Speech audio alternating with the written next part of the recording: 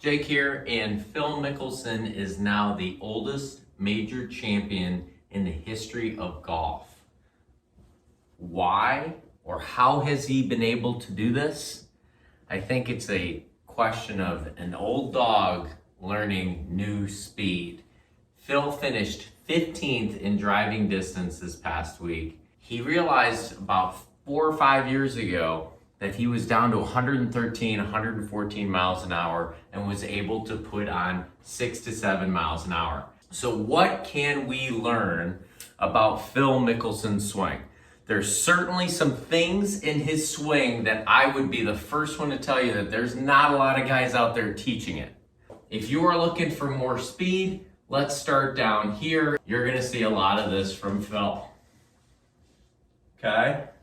So that heel's gonna come up, the lead knee is gonna flex a little bit more, and the trail knee is gonna straighten a little bit more. Okay? The one thing I do want to communicate to you, not only for speed, but for healthy speed, he does not restrict or buy into this whole turn against the hips in the backswing. He pretty much turns them as freely as possible, which allows him to rotate his rib cage further back and allows him to swing his arms longer. But we'll get to that. Okay, so first and foremost, don't be afraid to let the heel come up, let the knees change flex, and this brings me to my next point. But I do find some golfers, sometimes better players, are way too centered. That's right, centered over especially their driver swings. And I promise you, you're not gonna see the people that hit it the furthest, especially Phil Mickelson, buy into this whole, they're swinging on a fixed axis. They are going to shift mass, okay? They're gonna shift pressure and they're gonna shift mass, and they're gonna do it very quickly.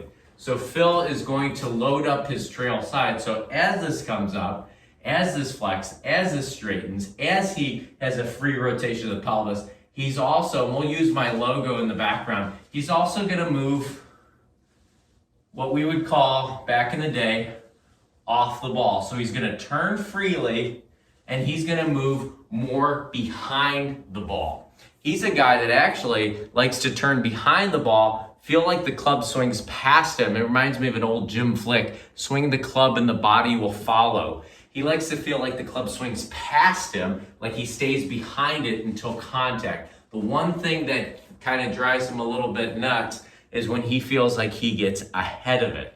All right, so another thing you can learn from Phil, free hip turn. Let the heel come up, okay? But don't be afraid to shift even more behind the golf ball, all right? Last but not least, the length of your swing. So many people, when I'm asking them, I'm like, okay, so what are you trying to do? They go, I'm trying to get longer. And I go, all right, what are you doing to accomplish that? I'm trying to make my backswing shorter. Don't be that guy, all right? Phil Mickelson's swing has always been past parallel.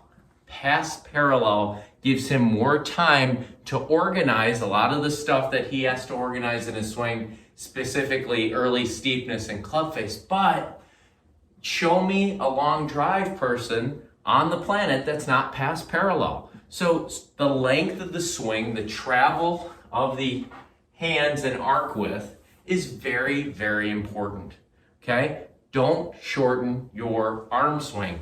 Let it go. So we want a free turn of the pelvis. We want a shift into the trail side, getting a little bit more behind the ball, and we want the arms to freely swing back, okay? Now, those are some backswing things. What about the through swing things? Well, I've got the Super Speed C stick right here. It's a counterweight stick, and the reason you guys have seen my other videos, the reason I like it is because I swing it the fastest, all right?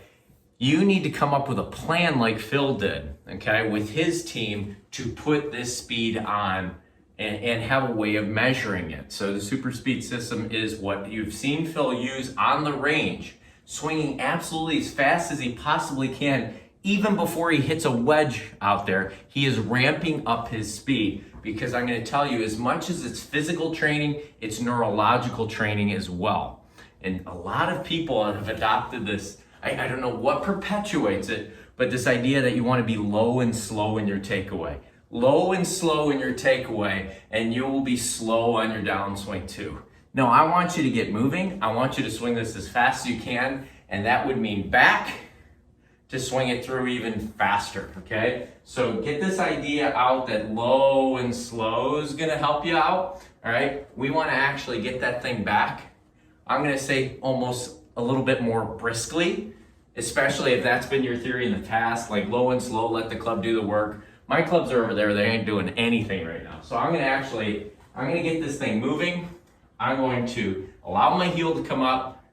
I'm gonna allow my hips to turn freely. I'm gonna get more behind the golf ball. Just like Phil, I'm gonna feel like this thing swings past me, which gets me out of that whole lag and drag scenario so that I can impart as much speed into the club head as possible. Let's go ahead and give that a whirl.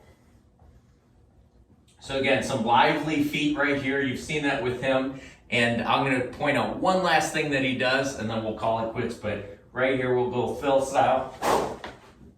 Right? So he kind of falls backwards. Now, is he hanging back? Well, here's the thing. On the body track, when I've had all these elite level players, the thing that they do that the amateur who just stays on the trail side doesn't is Phil's actually very quick to the lead side in terms of his pressure. In fact, so quick that it actually backs up to the trail side. So that's why he's falling. So there is nothing wrong with falling backwards with a driver, especially if you are getting to the lead side soon enough. So that is what he's doing. I'll do it one more time. Again, some lively feet. Heel's gonna come up. Free rotation of the pelvis and the rib cage. I'm gonna let my arms swing as I shift behind the ball further. And then again, I'm gonna get into the lead side so quickly that I actually have to back up a little bit, which will impart the last bit of club head speed that I need. So here we go.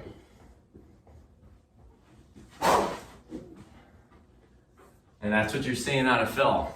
Old dogs can learn new speed. If you're like me, you're thinking, you know what? He might have a chance at the Masters until he's about 55. The reason he does is because he's kept his body in shape to accommodate all the speed he's put back into his game, and now he is long enough to compete with those young guns. So will you be.